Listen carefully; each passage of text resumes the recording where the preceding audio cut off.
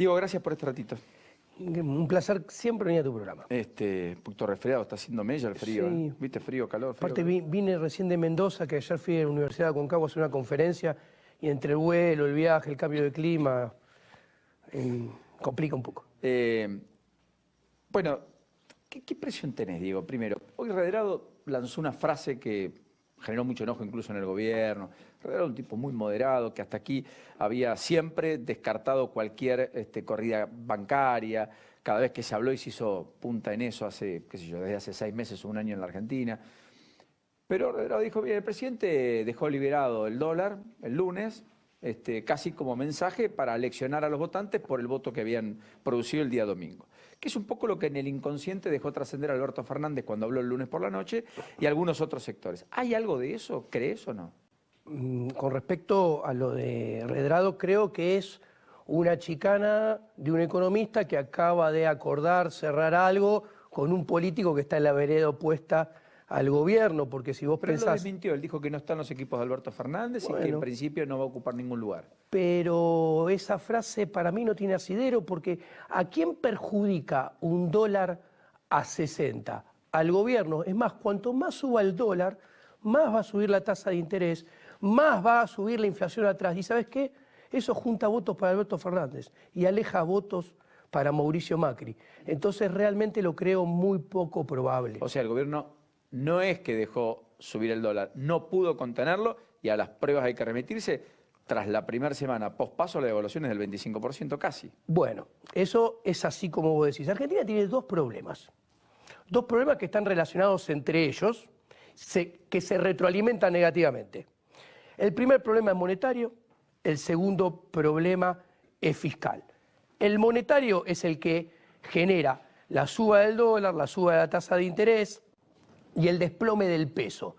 ¿Cuál es el monetario? Que tenés un banco central quebrado, que esta política monetaria lo quiebra cada vez más y eso se traduce en el riesgo que haya un peso sin piso, y un peso sin piso es un riesgo de un dólar sin techo. ¿Ok? Y a ver, como vos me preguntás y me comentás, ¿qué pasó esta semana? No hay, como dice Mariano Fernández, no hay que equivocar detonantes con causantes. A ver, el resultado electoral detonó esto, pero el causante es el mal programa monetario, la falta de reputación, la ausencia de credibilidad. Concretamente, es un contrafáctico que uno no lo puede saber, pero desde mi punto de vista, yo lo venía adelantando que iba a pasar, esto simplemente, esto iba a pasar aún con otro resultado, simplemente algunas semanas más tarde. Tenemos el problema monetario. Después está el problema fiscal. ¿El problema fiscal cuál es? El problema monetario es riesgo de hiperinflación. El problema fiscal es riesgo de default. Concretamente, Argentina, para que su deuda pueda ser refinanciada antes que saltara el dólar y la deuda era el 90% del PBI, necesitaba un superávit primario de 3,5 e iba a tener un déficit de -1 primario, o sea, casi 5 puntos de diferencia. Salta el dólar y esto empeora las cosas, ahí ves la retroalimentación. ¿Por qué? No hice la cuentita, pero la deuda que estaba en 90% del PBI habrá subido a 110. ¿Eso qué implica? Eso implica que ya no necesitas un superávit de 3,5, capaz necesitas de 4. ¿Y qué hace el gobierno? Tiene este problema que es monetario acá, el que detonó esta semana. Entonces, para solucionarlo, debería tomar medidas monetarias. O sea, se le prendió fuego la cocina al presidente Macri. ¿Y qué hizo? Abrió la ducha en el baño con cables pelados que generó un cortocircuito y agranda muy probablemente los problemas. ¿Por qué? Porque toma medidas de índole fiscal. ¿Y qué quiero decir? Y agrandando el déficit primario. O sea, tenés un problema porque te saltó el tipo de cambio, ya necesitas un superávit primario más grande para no caer en default y toma medidas fiscales que agrandan el déficit primario. Entonces, se agranda el problema todavía más. Entonces, acá, esto es una manta cortísima. Sí, pero ahí déjame decirte, ¿no compensan las exportaciones y los derechos de exportación, 25% más caro el dólar. En pesos, lo que le va a implicar el gasto de todas las medidas que ha establecido, poco más de 60.000 millones de pesos. Mira, la balanza comercial ha mejorado a fuerza de recesión e importar menos. De hecho, si vos mirás, el dólar nominal había aumentado de 17 a 45, redondeando. El tipo de cambio real había aumentado de 1,30 a 1,70 y ahora había bajado a 1,50. Ahora está en 1,90 y no hubo un boom de exportaciones. ¿No? Entonces, hay una manta corta.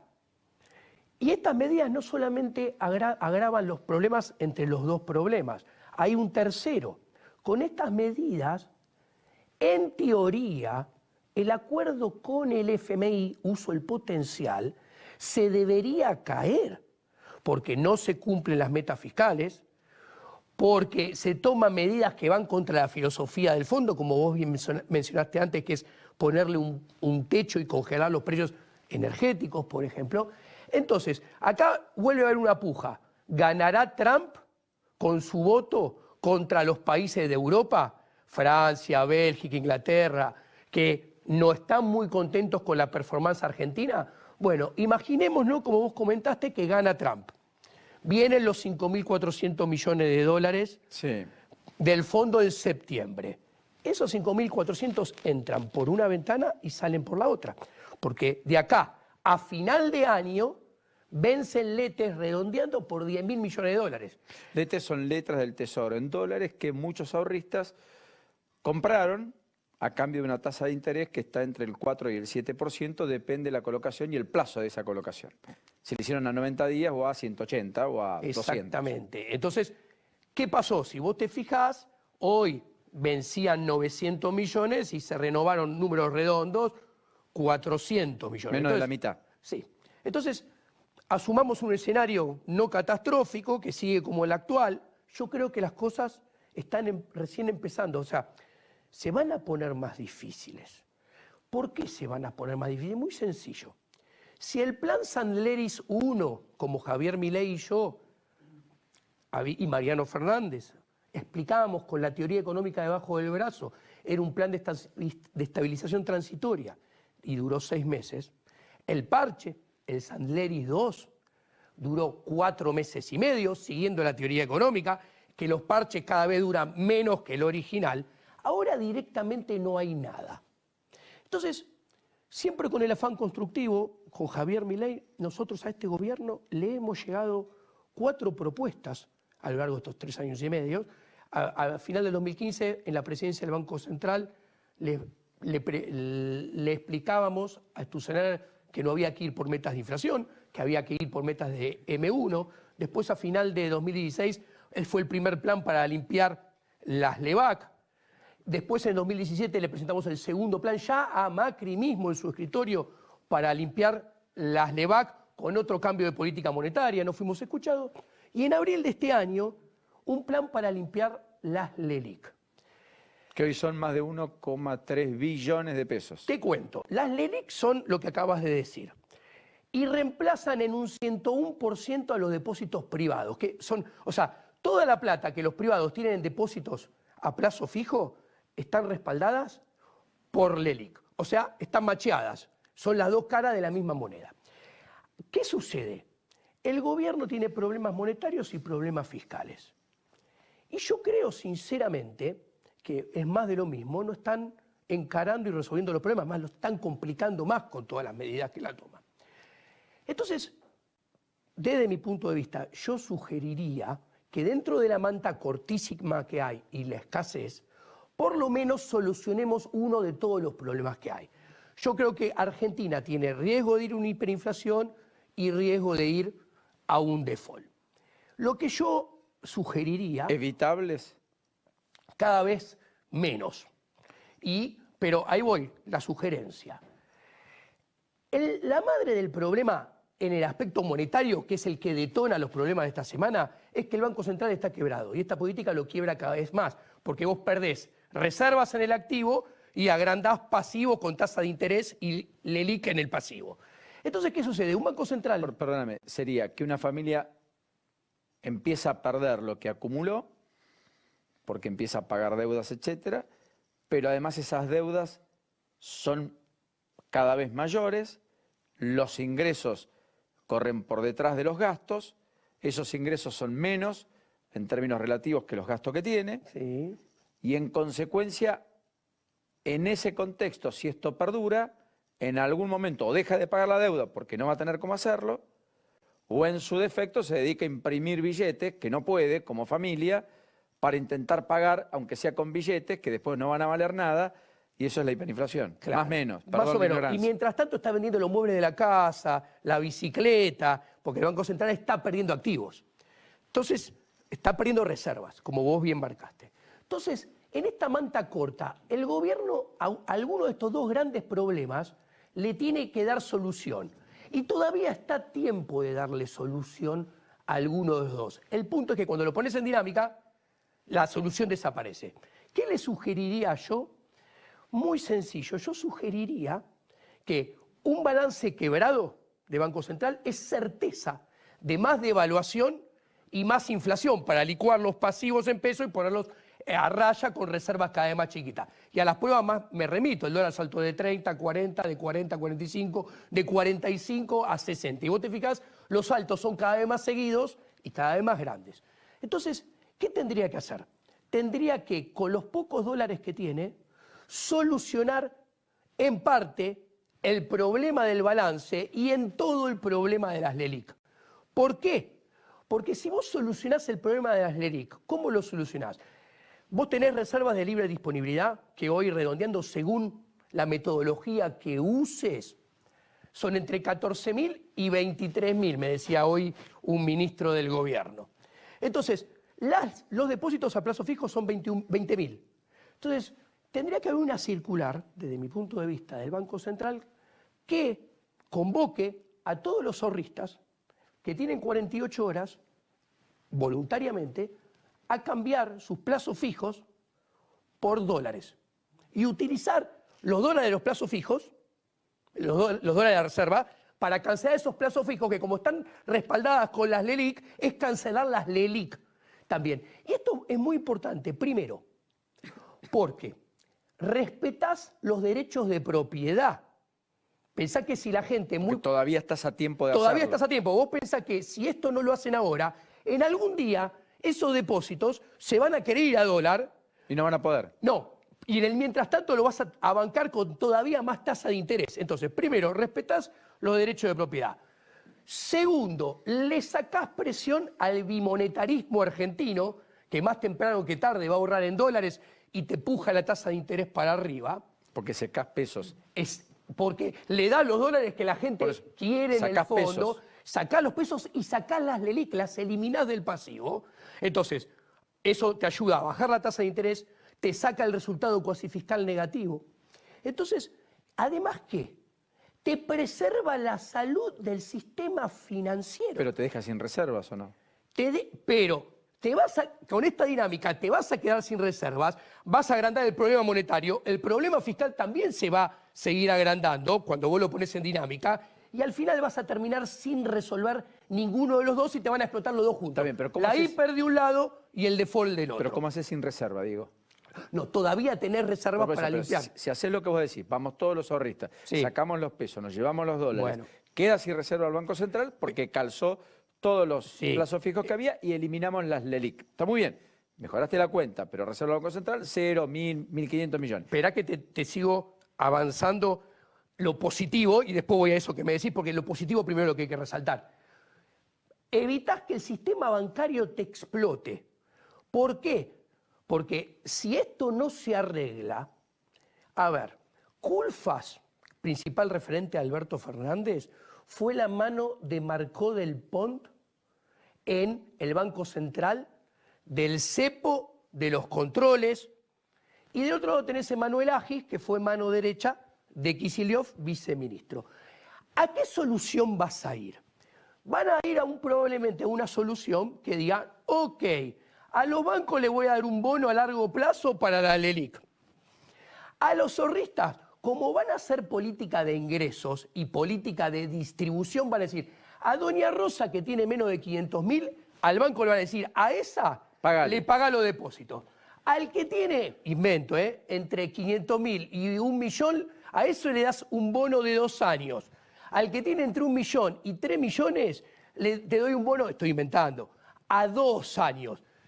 Y a los bancos le van a decir, como a los bancos le dan un bono entero, decir, ok, si vos no tenés problema, perdón, si vos tenés problemas para pagar, yo desde el Banco Central te voy a dar redescuento y te voy a asistir financieramente. Y eso es maquinita. Entonces, si no se arregla este problema, uno, va a quebrar el sistema bancario. Si quiebra el sistema bancario, después se va a lesionar los derechos de propiedad. Eso va a pulverizar el ahorro. Y si se pulveriza el ahorro, muy probablemente esa pulverización del ahorro, ¿qué es en realidad? Menos financiamiento para poder invertir. Y como tenemos un gobierno que con estos referentes no van a ir hacia donde van a tener que ir, sino que van, ya te lo advierte Massa, te dice, hay que bajar la tasa de interés. La tasa de interés se baja genuinamente solamente si hay más ahorro. Y como va a haber menos ahorro, la tasa de interés va a subir. ¿Y cómo te la van a bajar? Artificialmente. Entonces, esta artificialidad, ¿cómo es? Maquinita. Eso es más inflación. Entonces, lo que yo estoy diciendo es, bueno, tenemos dos grandes problemas monetarios y fiscales. Uno te alimenta el riesgo de hiperinflación y el otro te alimenta el riesgo de default. Y los dos se retroalimentan y se potencian. Todavía estamos a tiempo de darle solución a uno. Obviamente una solución más complicada, mucho más difícil y con resultados peores que cuando presentamos a Mauricio Macri en abril un programa para solucionar lo mismo. Ahora, Diego, venís a dar una charla en Mendoza, estás dando otra charla acá, y yo te agradezco y mucho. Gracias. Estoy pensando en los que observan y tal vez están un poco exentos del M1, de la emisión monetaria, de los problemas fiscales, monetarios. Dicen, bueno, está bien, ¿cómo se come? Quiero decir, ¿por qué estamos hablando de esto? A ver si puedo. Porque acá está, en términos del campo, la madre del borrego, dirían algunos, en términos campestres, porque acá está el problema y el dilema central de todo lo que estamos viendo con el tema de los mercados, porque los mercados están en la primera plana. La contracara a todos esos problemas, por supuesto, son los problemas reales, los más visibles, los que tienen rostro humano, los más evidentes, que tienen que ver con la falta de empleo, la pérdida de poder adquisitivo, los problemas naturalmente para llegar a fin de mes, obviamente el estrangulamiento de las familias en términos de ingresos, la falta del crédito, la falta de ahorro. Ahora, si no abordamos esto que está hablando Diego, del modo que él dice, de otro modo, pero si en él encontramos una respuesta y una solución, todos estos otros problemas de los cuales parecería que no hablamos, pero los hablamos desde este lugar, no van a encontrar solución. ¿Está bien plantearlo así o estoy Exactamente. errando? Si no se abordan los problemas se agrandan, porque los problemas se van acumulando en el paso del tiempo. Hacer las cosas mal 8 años tiene más costos que hacerlas mal 6. Hacerlos 10 tiene mayores costos, 12 mayores costos, 14 mayores costos. Y esto es lo que le está pasando a Argentina hace 12 años. ¿Yo qué veo? A ver, y esto le hablo a la gente común. El que piensa que el dólar saltó a 60 para quedarse en 60, si no se arreglan los problemas, el dólar va a tener tendencia creciente y cada vez más creciente. La inflación se va a acelerar cada vez más y eso es menos actividad, menos empleo, más bajo poder adquisitivo del salario y este parche que en realidad agranda los problemas al bolsillo de la gente se lo licúa en 2 meses. El parche que acaba de poner Mauricio Macri. O sea, los anuncios de esta semana, miércoles y jueves, tratando de dar medidas de contención a propios y extraños. Esto es clase media y sectores más vulnerables. ¿Vos entendés que son parches y que no solucionan nada? Son parches que apuntan a ganar votos de gente agrandando los problemas macroeconómicos de fondo de Argentina. Agrandando los problemas de la película. O sea, te acercan a la hiperinflación más de lo que estabas antes de las medidas, te acercan al default más de lo que estabas. Pero ser más duros fiscalmente te apartan también más votantes de cara a octubre. Bueno, estás dando en el clavo. Bueno, claro, porque ahí decís, ¿qué es lo que le decía la oposición a Macri? Miren que lo que pasó hasta acá, y no fue bueno, Macri lo quiere acelerar, hacer más rápido y por lo tanto hacerlo peor. ¿Se entiende? Sí. Ah. Ni Mauricio Macri ni Alberto Fernández, desgraciadamente para tus televidentes, tienen incentivos para hacer las cosas que realmente los argentinos necesitamos que hagan en materia de política macroeconómica. Macri es pedirle peras al olmo porque ya no tiene credibilidad, no tiene reputación. Ya está. Lo ¿Vos último que coincidís? acaba de decir, listo. Vos coincidís que es game over. Sí. Sí. Y Alberto Fernández no tiene incentivos, además de que no quiere y no puede. ¿Por qué? Porque Alberto Fernández tiene votos prestados de una coalición electoral que el poder lo tiene Kicillof y Cristina en mayor medida. ¿Y dónde se ve? En los referentes macroeconómicos que tiene, que son Culfas y Agis. Entonces, justamente las medidas que van a tomar van en el sentido contrario a lo que necesita Argentina para evitar el default y la hiperinflación. Está bien. No imaginás un Lula argentino, es decir, perdón, Lula espantaba los mercados, ganó. Lo primero que hizo fue políticas pro mercado. Gobernó 8 años, dejó a Dilma 8, que no terminaron siendo 8 por el impeachment, pero quiero decir, Menem, salariazo, revolución productiva, hizo las reformas que el liberalismo jamás había podido aplicar, salvo bajo un gobierno con el tono peronista. ¿Me explico lo que digo? ¿Qué es lo que planteaba Guillermo Calvo en su momento hace, qué sé yo, 2 semanas? Adhiero totalmente a lo que estás diciendo y lo que planteó el profesor Guillermo Calvo. Guillermo Calvo dice: Argentina siempre nos puede sorprender y puede caer más. Yo siempre digo, esta Argentina no tiene piso. El 2020 va a ser peor que el 2019. Pero esto quiero decir, sí, diste la tecla. ¿Hay alguna chance que la casta política haga lo que nos conviene a los privados de Argentina? Solamente después de una flor de piña macroeconómica con hiperinflación y default. Antes nunca. ¿Por qué?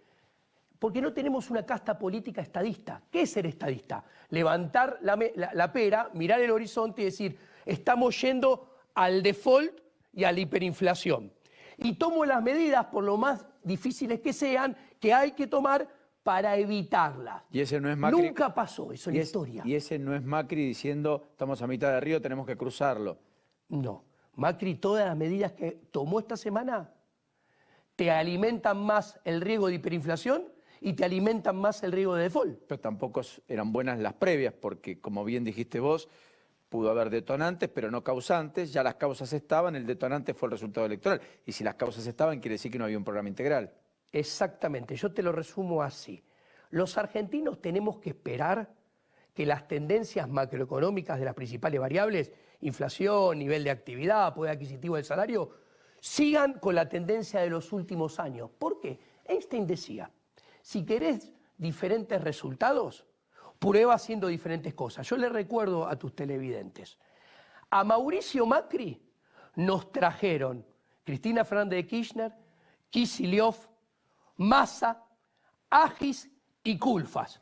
En diciembre del 2015 la sociedad castigó a todos ellos porque fueron un desastre y votaron a Macri. Hoy Macri es un desastre porque hizo todo mal a lo largo de los últimos 3 años y medio y ahora no es que esta casta política del peronismo no se crea que la población tiene un ápice de esperanza en ellos.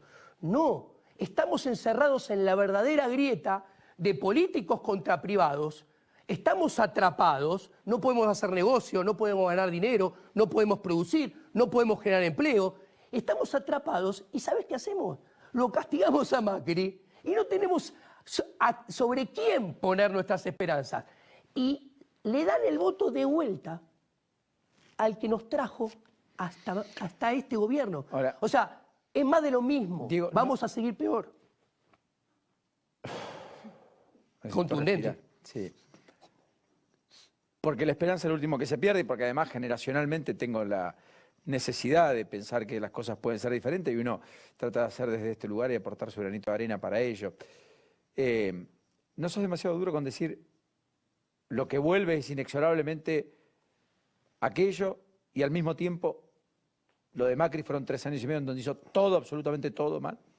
Macroeconómicamente, el gobierno de Mauricio Macri hizo absolutamente todo mal. Empezó de un pésimo diagnóstico. Yo he estado reunido con su equipo económico previo a la asunción, discutiendo el diagnóstico. Le dije, le va a ir mal a ustedes porque tienen un diagnóstico equivocado. El diagnóstico mío era hay que desahogar al sector privado para que pueda hacer negocios, y eso cómo se lo desahoga, bajando el impuesto y regulaciones, y eso cómo se logra. Y primero, antes, tenés que bajar el gasto y achicar el Estado. Me dijeron, Diego, estás loco, esto es un problema de discurso y retórica. Nosotros venimos con un discurso pro empresa y va a venir la lluvia de inversiones. Y dije, ustedes están locos, no va a venir una lluvia de inversiones. Bueno, a lo largo de estos 3 años y medio le llevamos propuestas con Javier Milei, 4 puntualmente, nunca fuimos escuchados. Ahora, y nos trajeron hasta acá. Está bien, Diego. El próximo gobierno, vos me preguntás qué creo que va a hacer, y el próximo gobierno va a subirle retenciones al campo, el próximo gobierno le va a adelantar la liquidación de exportaciones, que, exagerando para que se entienda, que liquida las exportaciones en un mes a más tardar, el próximo va a poner probablemente controles cambiarios con tipo de cambios diferenciales. Lo que dijo Felipe Solá esta semana, digamos, sin ir más Sí, lejos. va a meter un bono para las LELIC y eso es lesionar la propiedad privada, lesionar el ahorro, y como va a ser segmentado, no va a ser igual para todo el mundo, los bancos que van a tener el bono completo, full, probablemente le dé redescuento, que es inflación, va a ser política de ingresos, va a tratar de hacer política de distribución, y Argentina necesita crecer. Y el crecimiento viene desde el sector privado, un sector privado que pueda hacer negocios, que pueda ganar plata, porque si puede hacer negocios y puede ganar plata, va a invertir, va a acumular capital, va a agrandar su frontera de posibilidades de producción, y al producir más va a contratar más gente, va a aumentar la demanda de trabajo y va a subir el salario. Todo esto no está en la agenda del diagnóstico de ningún político de la oferta electoral de Argentina de hoy en día. Entonces, hay que esperar a ver si después de la trompada macroeconómica, piña con default e hiperinflación, a la fuerza aprenden alguna lección y hacen al menos un poco de lo que hay que hacer. Dudo que lo hagan antes. Wow. Lourdes. No, la verdad que me deja bastante asombrada y asustada, ¿no? Del futuro que se nos viene. Mi pregunta es cómo se puede realmente salir de este pozo o de esta gran crisis en la que estamos metidos, porque unos dan unas propuestas, otros dan otras propuestas. Usted habla de esta famosa grieta, pero la verdad que los argentinos Bueno, necesitamos tener una respuesta, ¿no? de corto plazo planteé una sugerencia de política monetaria para darle una solución total a la LELIC y parcial al balance del Banco Central, que ayuda a mejorar lo monetario, sí. Y eso le pone un piso más elevado al peso, le baja el techo al dólar, le baja la tasa de interés. Eso ya no es poco en la Argentina de hoy. Después, mirando para adelante, la gente es parte del problema, porque la gente demanda populismo. Los políticos argentinos no caen de un plato volador, son parte de nuestra población, son el reflejo de nuestra población.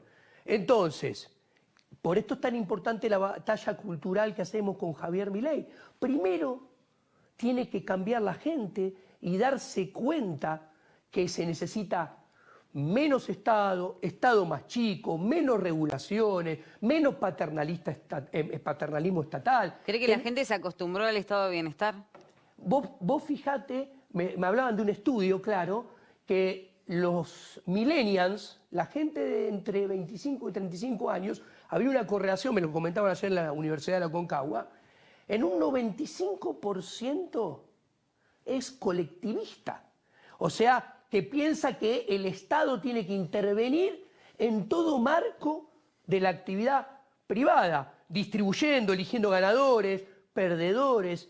Y la verdad es que eso lo único que hace es generar cada vez más pobreza. Y al mismo tiempo me contaban que los centennials, que son los más jovencitos, sí, los de 15 y 25, mirá qué interesante, la correlación da que quieren el capitalismo, quieren el liberalismo. ¿Por qué? Porque un chico entre 15 y 25 años suele ser rebelde.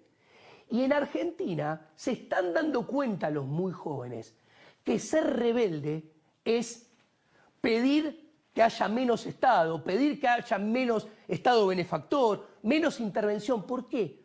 porque es lo que maman desde chiquito. Lo normal, el sistema para ellos, esto es un estudio de la universidad y de una fundación, es que el Estado tenga que estar en todo ámbito de la vida de los ciudadanos. Entonces, con su edad se revelan a eso. Y es muy interesante, porque esta gente crece y va a ser cada vez más. Entonces ahí está la llamita de la esperanza. Y después de tu descripción de lo que posiblemente podría ser un gobierno, ¿qué pasa? Que cuando llegan al poder nadie piensa en esta parte económica, porque yo escucho a muchos economistas, mucha gente preparada, que hablan de buenos planes. ¿Y por qué cuando están ahí no lo hacen o no lo pueden hacer? Lo que no entiendo. Mira, yo creo que en el O no caso, les interesa, perdón. yo creo que tanto en el caso de Mauricio Macri, salvando las diferencias que hay entre los economistas que estuvieron a lo largo de este gobierno con los economistas que estuvieron en el segundo mandato de Cristina Fernández de Kirchner. Yo creo que los dos, con sus diferencias, realmente tienen muy mala formación macroeconómica. Son malos macroeconomistas. Entonces, tuviste equipos económicos que nunca supieron hacer lo que en la jerga se llama programación macroeconómica. ¿Qué quiere decir esto? Mirar todo y analizar todo y pensar las políticas en equilibrio general.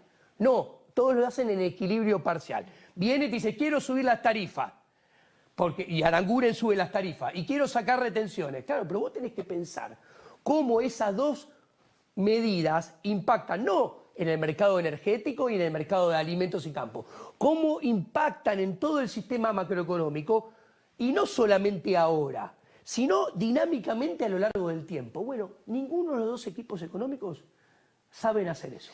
Es gran problema. Te quiero aprovechar dos o tres Melconian cosas. sí sabía. Y no fue escuchado a ti. Y no fue escuchado nunca. Sí, Debería haber sido el ministro del primer día. yo creo que sí. Diego, te quiero aprovechar con dos o tres cosas de la coyuntura. Esto de congelar combustibles por 90 días por decreto, que además va a meritar planteos de constitucionalidad, como marcaba en el arranque de parte de gobernadores como Gutiérrez o Beretilnec, etcétera, de provincias afectadas. ¿Imaginaste que Macri la podía tomar en algún momento? ¿Es una decisión así, digamos? Bueno, esto, ¿sabes qué muestra? Son manotazos de ahogado de un nadador en el medio del río condenado a tragar agua. La baja del IVA en la canasta básica de alimentos, de precios esenciales, digamos, Sí. ¿puede terminar en más rentabilidad de las empresas, como dice Alberto Fernández, o finalmente puede ser una decisión que, acoplada con una integralidad macroeconómica mayor, pueda ser perdurable en el tiempo?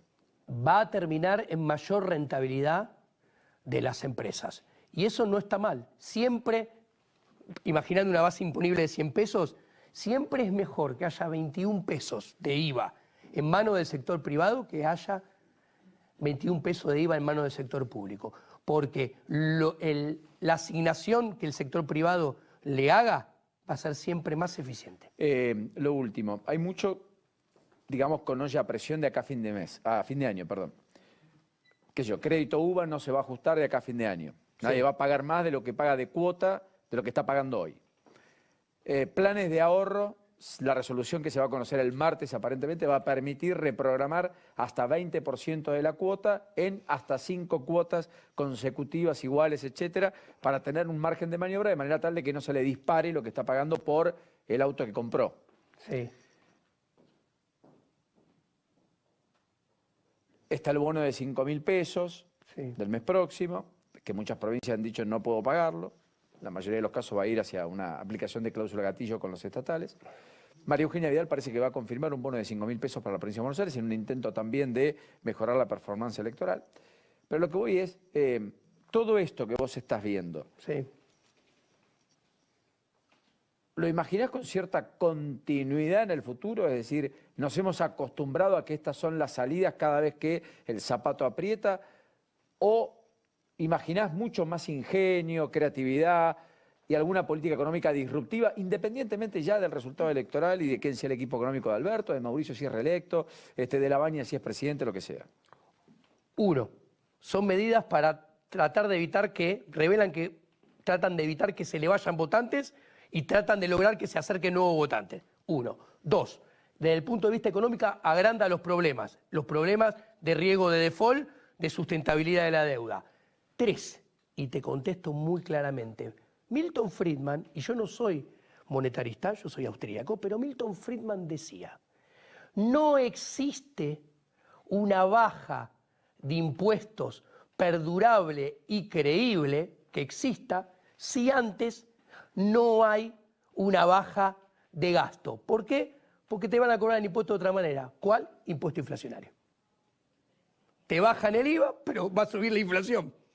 ¿Ok? Te bajan ganancias, pero se va a acelerar la inflación. O sea, te están cambiando. Es otra atorrantada de la casta política. ¿Por qué? Porque te bajan el impuesto que vos lo ves claramente, que, uy, qué bueno, me devolvieron 2.000 pesos de ganancia, pero después te suben y te suben más, te terminan subiendo más el impuesto que es más difícil de percibir, porque no viene en ninguna boleta ni no lo paga, y lo pagás en un vencimiento diario. No, ¿y sabés qué lo grave? Les conviene a la casta política, porque ganancia capaz la evadís, pero el impuesto inflacionario no lo puedes evadir nunca. Ahora, yo siguiendo ese razonamiento, digo, y te voy a retener un poquito más. Sí, ¿Dos o tres minutos más? Sí, placer.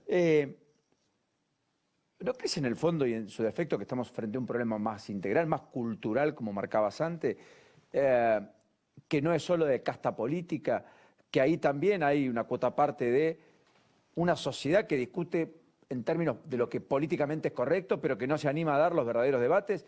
Y como dice Felipe González, este es un país en donde un dirigente, pero un dirigente gremial, un dirigente empresario, un dirigente periodístico, cualquiera, en privado te dice A y en público te dice B. Sí. Eso no pasa en los países medianamente serios, entre comillas, donde alguien es A en privado y en público. ¿Me explico? Sí.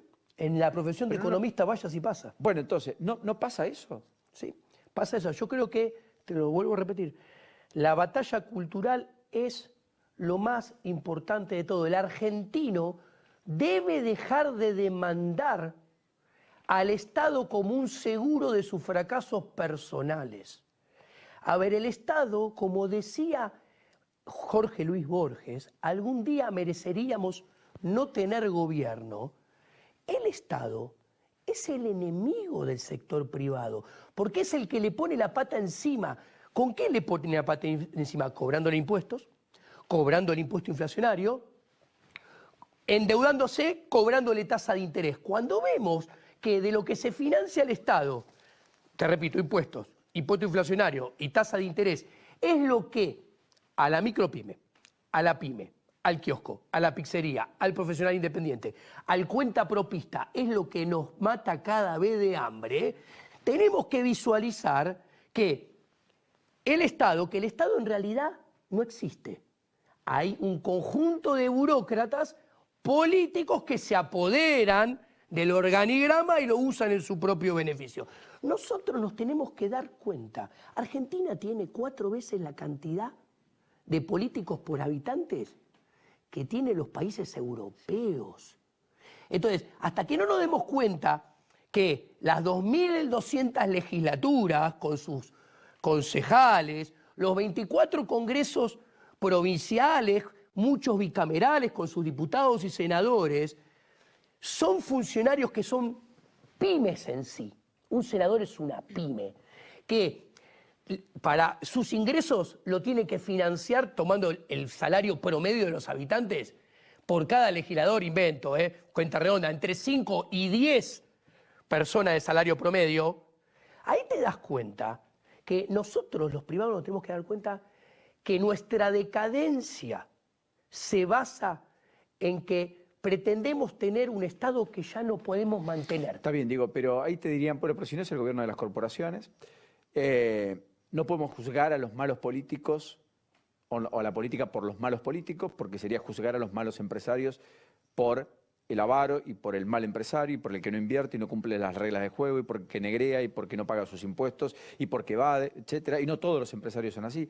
Entonces quiero decir, en el fondo, tal vez el Estado puede ser un extraordinario aliado del sector privado haciendo las cosas bien. Así como el sector privado puede ser un extraordinario vector hacia el crecimiento, siendo ágil, pujante, creativo, innovador, honesto, que es lo opuesto a lo que muchas veces vemos en la Argentina. ¿Me equivoco? No te equivocas en absoluto. y te lo reafirmo lo que decís, y es parte de la batalla cultural. El argentino se tiene que dar cuenta que entre un empresario, no empresaurio, el empresaurio es el prebendario que entra en tongos con el político. Entre un empresario y un político, toda la vida tiene que elegir el empresario, porque el empresario ¿qué hace? ¿De qué vive el empresario? De satisfacer al consumidor. Si no te vende un producto, un bien o un servicio que a vos te sirve y te lo vende a un precio que vos estás de acuerdo con pagarlo, el empresario quiebra. En cambio, ¿qué te da el político? ¿Vos acaso le pagás voluntariamente al político sus ingresos, su salario? No, porque eso sería muy interesante. Ahí tendrías revelada la preferencia de los consumidores. Si los diputados, si los senadores, si los concejales hicieran su trabajo y cobraran sus ingresos de aportes voluntarios nuestros, si nosotros donáramos 0 para los concejales, diputados y senadores, eso pondría de manifiesto que en realidad no nos dan nada, sino que nos viven quitando. Ahora, ¿puedo hacer una pregunta, Paulino? Lo último, dale. Si en este país, a ver, estamos hablando del Estado, ¿no? Que tiene la mayoría de personal está en el Estado y privados son pocos realmente.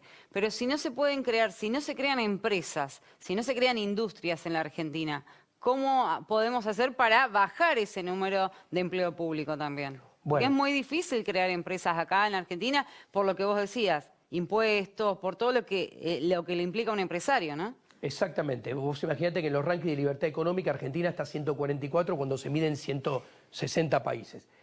A ver, el empleo público se financia con impuestos, impuesto inflacionario y tasa de interés. El empleo público no amortigua el desempleo, crea desempleo. Punto número 1.